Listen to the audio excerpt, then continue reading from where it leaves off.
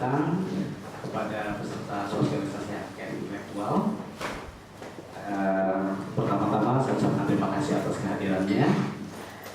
Yang saya hormati Prof. Ibu Adi Suswito sebagai Direktur Kemitraan dan Inkubator Bisnis, lalu Pak Iwan Irawan dari Komisi Banding Dewan Hak Cipta Jenderal Hak Kekayaan Intelektual, kemudian Pak Mercy, saya ucapkan terima kasih atas kehadirannya yang akan menjadi narasumber kita pada hari ini di kegiatan sosialisasi HKI. Baik, untuk menyingkat waktu, acara ini akan langsung dibuka oleh Direktur Kemitraan dan Inkubator Bisnis. Saya persilakan kepada Prof. Ibu untuk menyampaikan komentar.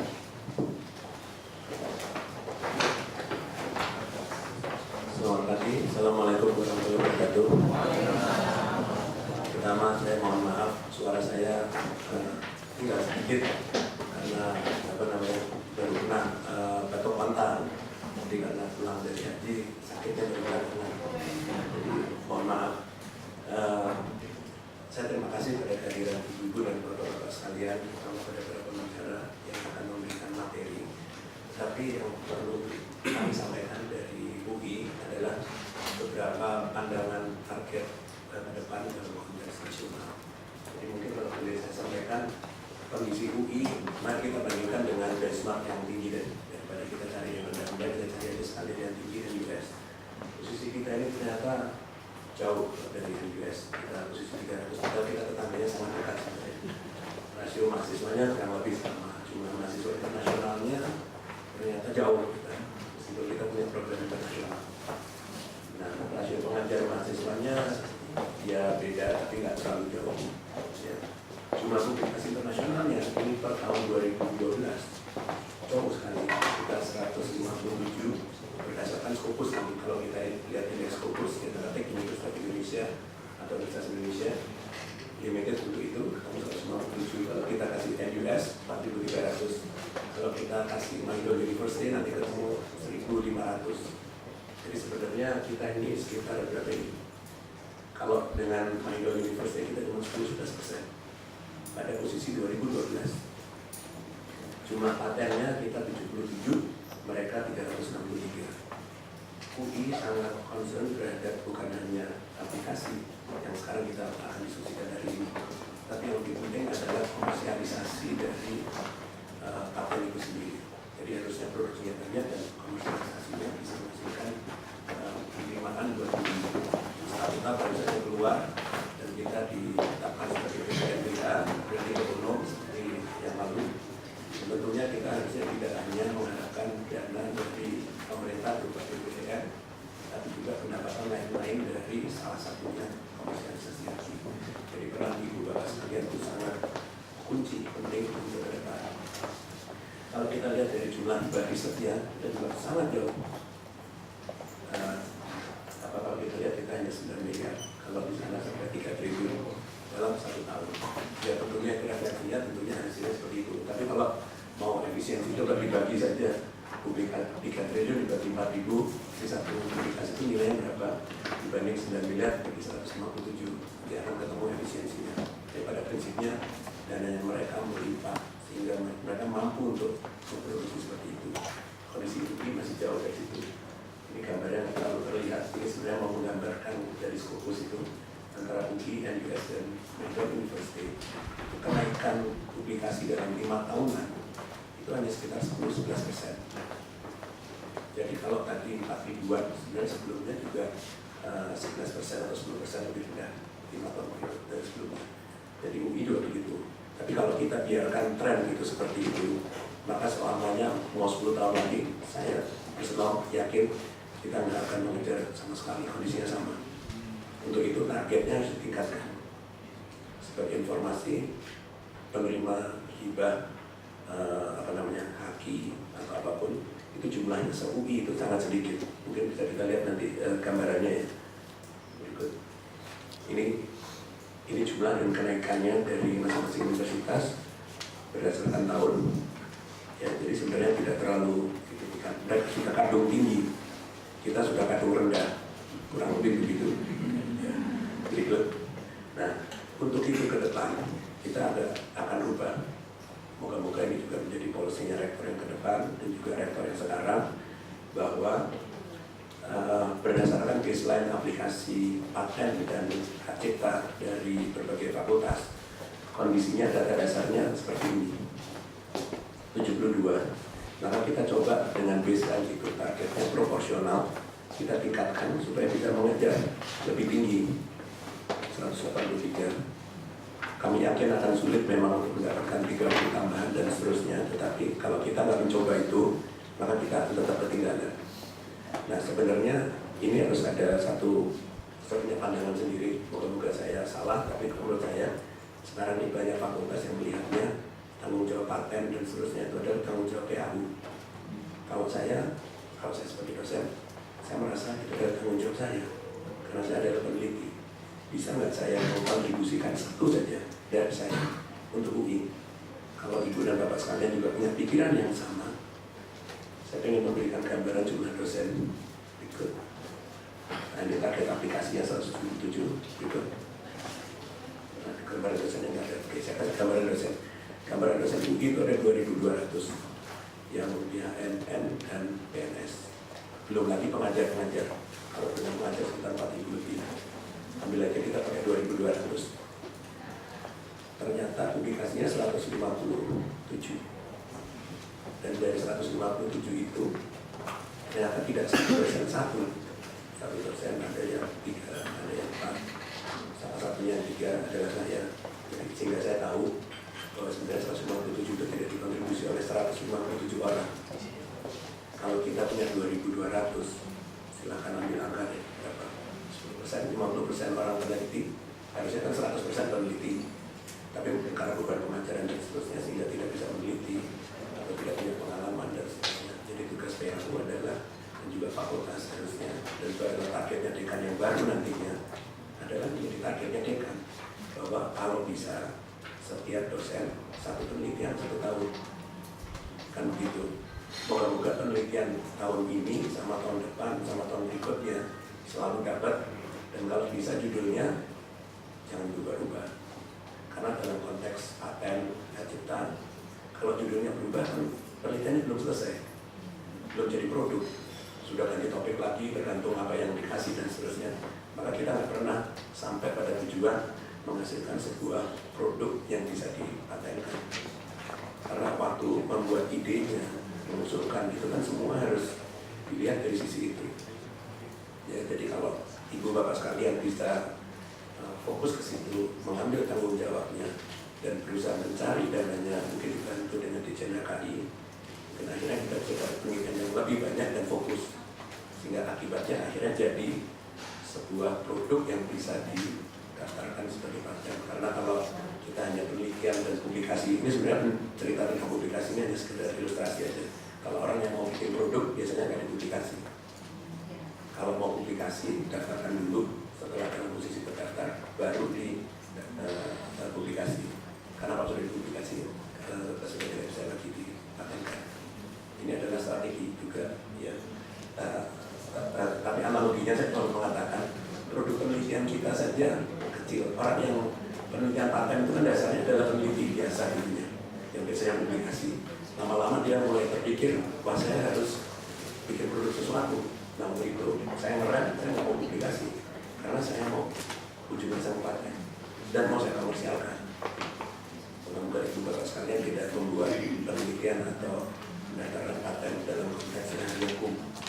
Karena kalau hanya hukum, di tempat kita sudah banyak patennya dan mayoritas belum komersial.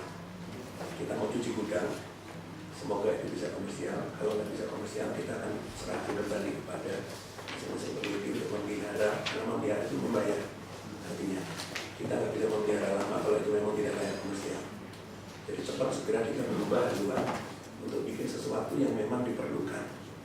Nah, layak komersial itu apa sih sebenarnya? Jadi kalau kita mau mengejar ketertinggalan, publikasinya mau diperbanyak dan seterusnya, gambaran globalnya kita bagus, ranking kita akan naik. Apa sih artinya ranking naik terhadap pembangunan Indonesia? Menurut saya nggak ada, kecuali kalau koordinasi atau KHI yang kita buat adalah yang memang diperlukan dalam pembangunan Indonesia. Sebagai contoh, saya ambil contoh penelitian nano. Secara teori teknologinya bagus. Indonesia perlu apa dalam konteks nano? Kalau konteksnya adalah membuat obat dalam ukuran nano, obat yang tertentu dilakukan oleh beberapa peneliti dari berbagai sektor sehingga terjadilah obat itu dalam ukuran nano, baru itu dimanfaat. Tapi kalau hanya cuma nano dalam cat, tapi nggak ada orang yang meneliti tambahannya, maka nggak akan jadi cat yang diperlukan oleh Indonesia. Tapi kalaupun jadi cat, apa betul itu adalah prioritas nasional? Jadi harusnya waktu mau meneliti itu sudah mengambil, lihat dulu listnya prioritas Indonesia. Indonesia itu apa sih masalahnya? Overpopulation, pangan, kesehatan, dari kesehatan apa, penyakitnya apa. Jadi harusnya mengambil titik-titik penting di situ yang strategis. Dan kalau peneliti adalah berkelanjutan sampai produk, baru kita nanti jumlah patennya seperti mendekati US dan bisa komersial. Itu kalau pemerintahnya pun juga terbuka untuk mengambil miliknya universitas. Ya, ini secara umum itu saja yang ingin kami sampaikan. Belum lagi ada masalah yang nanti boleh didiskusikan pada saat komersialisasi. Dengan status kita ini PTNBH, itu apakah hak komersialisasi di mana mungkin dananya berasalnya dari BUPTN. Berarti kan pemerintah punya stake di situ. Boleh nggak dikomersialkan dan yang mendapatkan keuntungan dengan skema universitas yang ada, berbagi dengan peneliti. Bisa-bisa nanti pemerintah ujung-ujungnya setelah melihat loh kok komersial, kan dananya dari kita. Nah kita juga perlu, sehingga akhirnya macet, lama dan akhirnya nggak komersial. Jadi itu adalah tantangan-tantangan ke depan yang harus kita hadapi. Tapi lepas dari itu, menurut saya komitmen pribadi aja masing-masing, bisa nggak kita membuat penelitian yang menghasilkan paten, karena penelitian itu harus kompetitif di setiap tahun terdanai, karena kalau nggak akan selesai. Itu saja tantangan dari kita semua. Selain saya yakin kalau orang yang biasa ini paten, itu biasanya sudah biasa meneliti dan mempublikasi nasional maupun internasional. Jadi kita mungkin akan kekurangan jumlah artikel yang terpublikasi, tapi mungkin akan dapat paten yang lebih tinggi. Atau kita akan menggali orang-orang yang selama ini tanda kutip tidak aktif atau dormant menjadi peneliti aktif dan berkontribusi pada penelitian, sedangkan yang senior sudah biasa meneliti berpindah kepada paten atau hak cipta. Mungkin itu secara umum strategi. Kalau kita nggak melakukan itu dan pimpinan UI atau di fakultas juga melihatnya adalah tanggung jawabnya PAU, maka nggak akan tercapai. Jadi itu harusnya ditarik targetnya tadi ke fakultas, ditarik ke departemen, ditarik ke orang. Nah kalau satu orang, hitung-hitungan sederhana, 2.200, satu orang 100 juta penelitian per tahun saja. Dan itu artinya kita sudah dapat 220 miliar setahun. Pada revenue-nya UI keseluruhan, terutama dari BOP, 70%, itu 1,6 triliunan. Jadi 220 itu adalah kontribusi yang sangat besar terhadap penerimaannya UI. Nah dari situ ambil aja dari 2.230%-nya saja yang mampu terpublikasi dalam setahun, itu artinya 660 publikasi. 660 itu jauh di atas 157.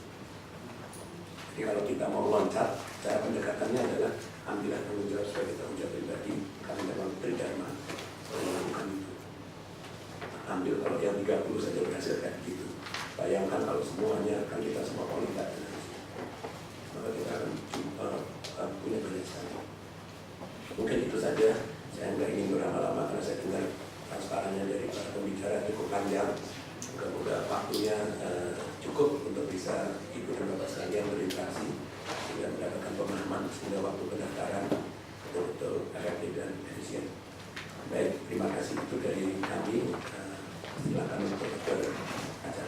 Terima kasih, selamat pagi. Wassalamualaikum warahmatullahi wabarakatuh.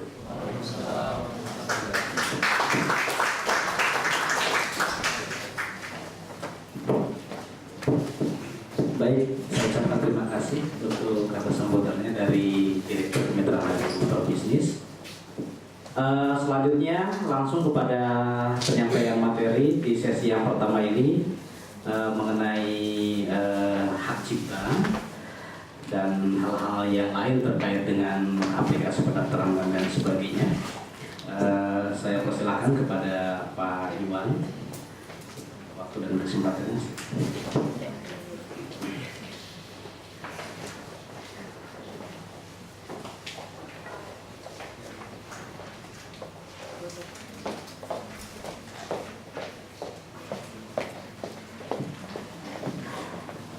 Assalamualaikum warahmatullahi wabarakatuh. Salam sejahtera untuk Bapak Ibu sekalian. Saya Iwan Irawan, dalam hal ini saya mewakili Ibu Direktur kita, Ibu Susa, karena beliau ada keperluan hari ulang tahun Kumham K3 di kantor pusat. Saya mungkin tidak akan membacakan ini satu persatu karena di sini kan peneliti semua dosen, jadi saya hanya akan membacakan sekilas saja. Kalau mau baca lebih dalam mungkin Bapak Ibu bisa baca di rumah masing-masing. Biar mengingat waktu kita lebih enak ngobrol lagi nanti mungkin. Ya, sistematika pembahasan dibagi menjadi 5. Yang satu adalah prinsip-prinsip dasar cipta, perjanjian nasional dan sejarah serta ruang lingkup. Ya, ini hak cipta itu hasilnya dari ide, tapi harus dalam bentuk yang konkret. Jadi kalau ada orang ngotot, oh ini ide saya, tapi dia belum dibentuk dalam suatu catatan atau apa, nggak bisa dibilang ciptaan dia. Gitu. Jadi harus dalam bentuknya konkret, paling nggak ada catatan atau apa. Nah, hak cipta itu, ini masih berhubungan yang tadi ya, tidak berhubungan kepada ide, tapi kepada gagasan yang berbentuk khas, bersifat pribadi. Maksudnya orisinal dari diri sendiri gitu. Ide tidak dilindungi, masih berhubungan dengan yang tadi. Yang ditekankan dalam hak cipta adalah originalitas, jadi asli, karya asli. Jadi sebenarnya kalau hak cipta itu kalau dibandingkan dengan merek, kalau merek beda-beda tipis dikasih ya. Kalau hak cipta nggak bisa. Kalau misalnya ide awalnya itu dari seseorang, dia nyontek sedikit nggak boleh. Jadi lebih itu bukan cipta, lebih gitu. Ya, ini kreasi di mana ada 2 orang memiliki hadiah atau beberapa orang atau seseorang. Ya, gitu. Ini dia yang saya bilang dari originalitas. Originalitas adalah sebuah bentuk ekspresi berasal dari penulis, bukan menjiplak. Itu tadi langsung gitu.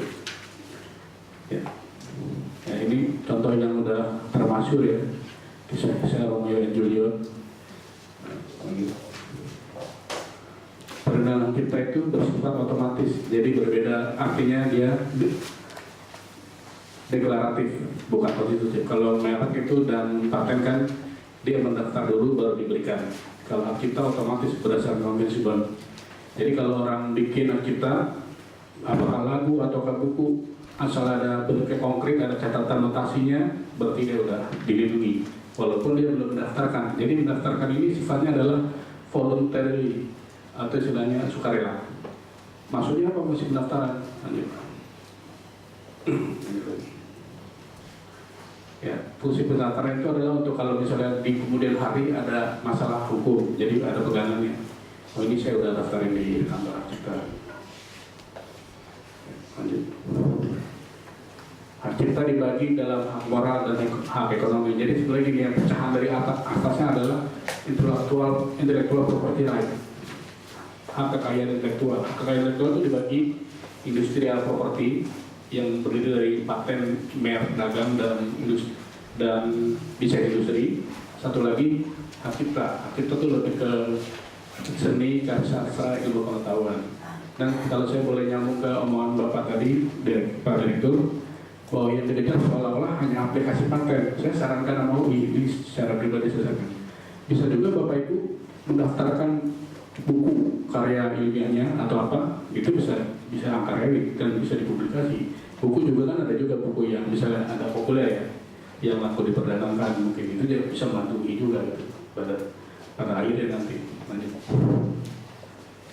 Hak moral ini intinya begini, kalau misalnya ada Basuki Abdullah melukis yang terkenal itu, mengenai banteng atau apa. Nah itu dijual kepada seseorang, ya kan? Dia beli mungkin harganya 3 miliar, katakanlah demikian. Ya kan? Terus Pak Kuswara kan yang beli ya, misalnya itu contoh. Terus sama beliau dicoret-coret, itu nggak boleh. Walaupun secara ujung sudah saya bayar kok, terserah saya yang saya apain, mau saya bakar, nggak bisa gitu ya. Jadi ada hak moralnya, dan bahkan hak moral itu bisa diwariskan. Jadi kalaupun si pelukisnya udah meninggal, anaknya bisa nuntut kalau ada sesuatu gitu. Jadi dia berhak keutuhan integritas dari karya ciptanya, walaupun udah dijual barangnya, ini bukan beda, kekasan kita itu ada di situ. Lanjut lagi. Nah ini hak ekonomi adalah hak yang sering disidangkan dengan eksploitasi. Maksudnya tadi misalnya seseorang menciptakan lagu, ya kan, kayak Melly Goeslaw, terus sama dia dijual ke produser rekaman, nah itu ada hak ekonominya, gitu. Cuman sayang kalau pencipta zaman dulu tuh mereka saking nggak ngertinya hukum atau apa ya, kasihannya, jadi dijualnya bilangnya hak putus, jadi beli udah selesai. Padahal nggak bisa begitu, dia bisa ngasih ke produser rekaman Sony musik misalnya, Sony Record.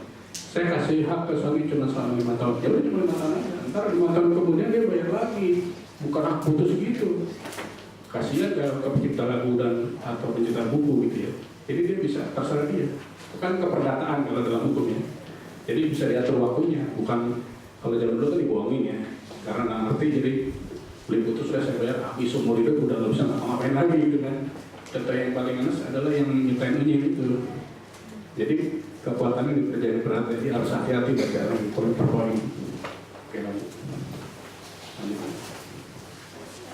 Ya, pencipta ini secara definisi ada seseorang atau beberapa orang yang secara bersama-sama atas inspirasi melakukan suatu ciptaan berdasarkan kemampuan pikiran, imajinasi, kecepatan, keterampilan atau keahlian itu dalam bentuk yang khas dan bersifat pribadi. Maksudnya bentuknya konkret, bisa dalam bentuk ilmu pengetahuan, karya sastra, tari, apa aja.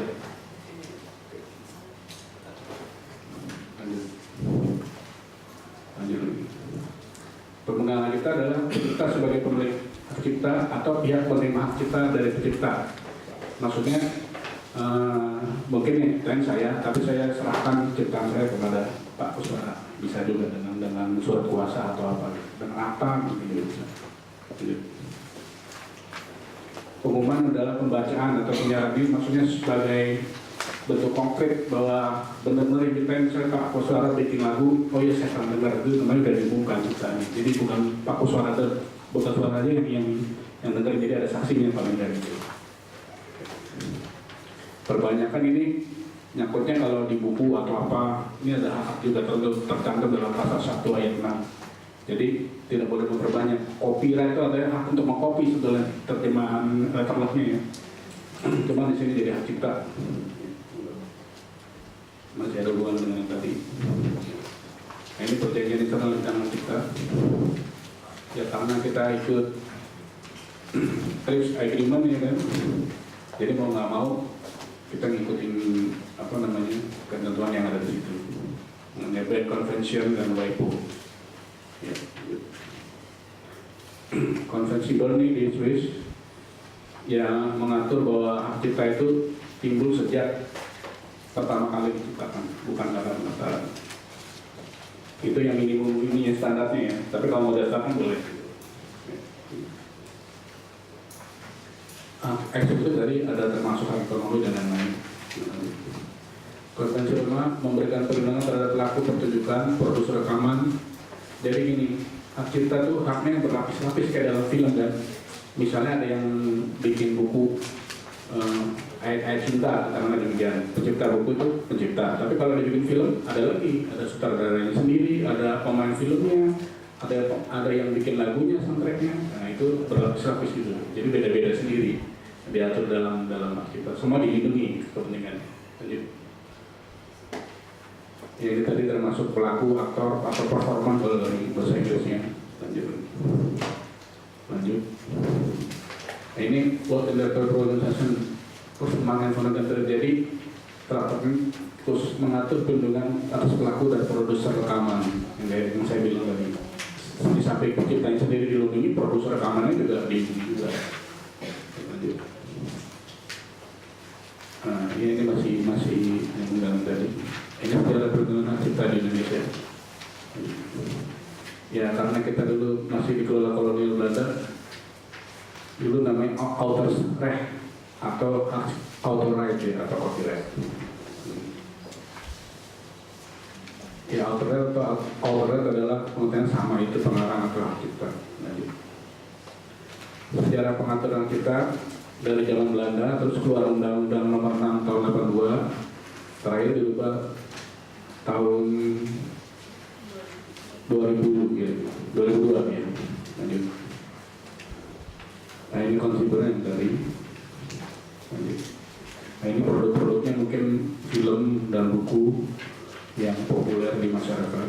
Lanjut. Ini lukisan. Ya. Nah ini aktor zaman itu Pak Tan Tembok. Lanjut. Nah ini kita masuk lagi dengan keputusan Presiden nomor 18 mengadopsi konvensi baru. Sifat hak cipta adalah hak keberadaan, hak milik atau hak kaya. Ini berhubungan dengan hukum keberdataan.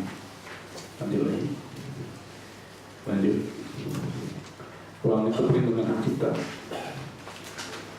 Ya berupa karya sastra, seni, ilmu pengetahuan, pertunjukan rekaman, penyiaran suara. Lanjut lagi. Karya-karya pencipta bisa berupa bentuknya buku, program komputer, pamflet, perwajahan, karya tulis, ceramah, kuliah, pidato, alat peraga untuk kepentingan pendidikan atau ilmu pengetahuan, lagu, musik, drama. Jadi ini hubungannya kalau dipengin revenue-nya pendapatan bukan hanya dari aplikasi paten, tapi dari ini juga bisa. Gitu loh. Jadi nggak cuma, maksud saya keilmuan kan bukan cuma eksakta ya. Ada juga yang ilmu sosial ya kan. Mungkin dari kebudayaan, ekonomi, hukum, silakan berlomba-lomba gitu loh, memberi kontribusi kepada negara melalui lembaga pendidikan Indonesia. Jadi bukunya bisa didaftarin ya kita. Nah, jangka waktu perlindungan hak cipta ini adalah seumur hidup ditambah 50 tahun.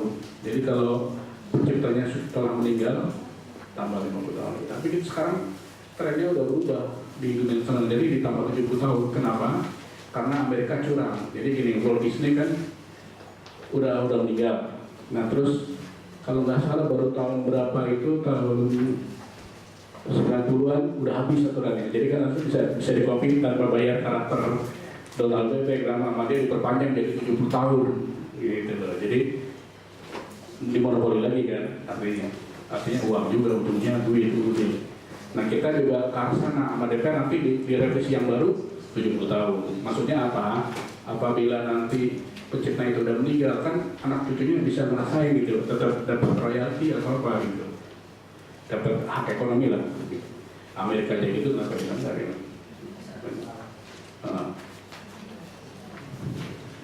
70 tahun minimum tuh 50 tahun standar minimum dari WIPO. Jadi standar minimum lebih boleh, kurang nggak boleh. Artinya itu ya. Kalau 50 dari WIPO, World Intellectual Property Organization, itu lembaga haki sedunia di bawah PBB, UN. Itu ketentuan minimalnya adalah perlindungannya seumur hidup ditambah 50 tahun. Kurang dari itu nggak boleh, lebih boleh. Nah ini kalau pertunjukan 50 tahun. Kalau tadi buku ya, beda-beda ya. Rekaman suara 50 tahun. Kalau siaran televisi atau radio 20 tahun. Jadi ya, beda-beda lain-lain tergantung apa yang diciptakan. Pengalihan hak bisa dialihkan secara waris, hibah, wasiat, atau tertulis perjanjian perdata. Hak cipta yang dimiliki oleh negara, nah, ini hak cipta maksudnya kayak seni tradisional, mungkin lebih ke folklore ya, batik, toraja, atau seni batak. Kita kaya akan ini dengan budaya-budaya ini. Ini nggak boleh dimiliki oleh sebagian, karena itu udah, kalau istilahnya dalam bahasa ini public domain, milik masyarakat, milik bersama. Tapi dikelola oleh negara. Ya ini contoh-contohnya. pendaftaran ciptaan ya sifatnya karena bukan wajib, jadi sukarela. Oke, lanjut. Proses pendaftaran ciptaan mengajukan permohonan, nanti diperiksa formalitas, artinya dicek KTP-nya apanya gitu. Nah, terus kalau memenuhi syaratan langsung ikut pendaftaran, diumumkan dalam daftar ciptaan. Ditolak apabila dalam pemeriksaan di kami ternyata udah pernah ada sebelumnya atau mirip gitu loh. Nanti kita panggil apa ini benar-benar. Sekarang gini, kalau soal kita tuh khas juga ya, beda dengan yang lain.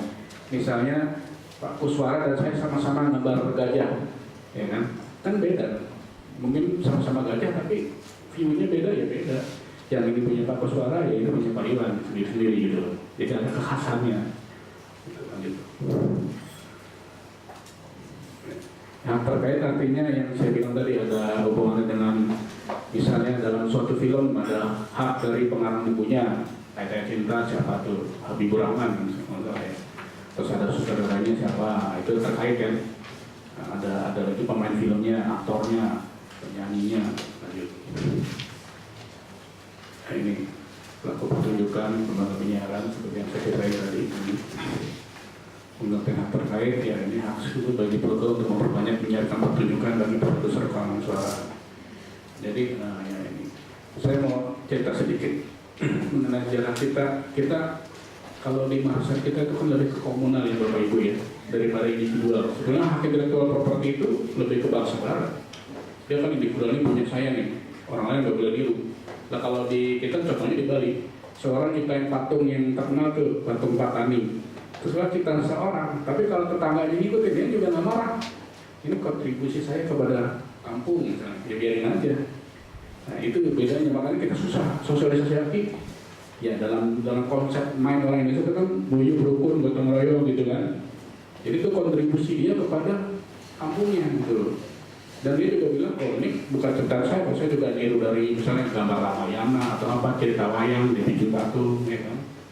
Dia bilang, ya saya cuma ukir aja. Kalau ditutup misal laku dijual sama orang bule, tetangga ini loh, itu juga nggak marah. Gitu loh. Setelah kalau dia orang bule kan, lo bayar dong. Ya, gitu. Jadi lebih ke individual kalau properti. Lanjut. Ya pelaku itu sama seperti pencipta. Pelaku maksudnya yang misalnya ada yang nari, kan ada yang ngarang, ada yang pengarang tariannya, koreografernya ada, tapi penarinya sendiri kalau di video dia juga punya hak untuk harus dibayar dan disebut namanya dan lain-lain, ada kontribusinya gitu. Lanjut.